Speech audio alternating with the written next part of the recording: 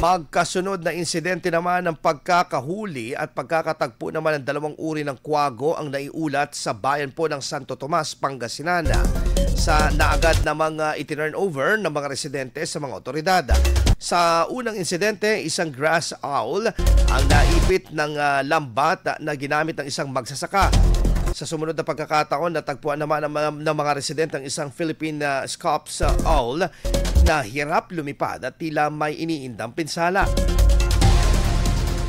Ipinagbigay alam ng mga residente ang kanilang natagpuan sa Department of Environment and Natural Resources or DNR Urdaneta City, kung saan kasalukuyan nang sumasailalim sa rehabilitasyon at obserbasyon ng dalawang nasabing ibon. Ayon sa DNR, muling pakakawalan sa kanilang natural habitat ang mga kwago sa oras na bumuti ang kanilang kalagayan. Bilang paalala, hinikayat naman ng DNR ang mga mamamayan na iwasang gambalain ang mga tirahan at maiilap na hayop at agad na makipag-ugnayan sa kanilang tanggapan sakaling makatagpo ng mga hayop na nangangailangan ng tulong. Ang mga kwago ay kabilang sa mga importanteng bahagi ng ecosystem dahil sila ay natural na predator ng mga peste at maliliit na hayop na nakakaapekto sa kabuhayan ng mga magsasaka. IFM News. IFM News.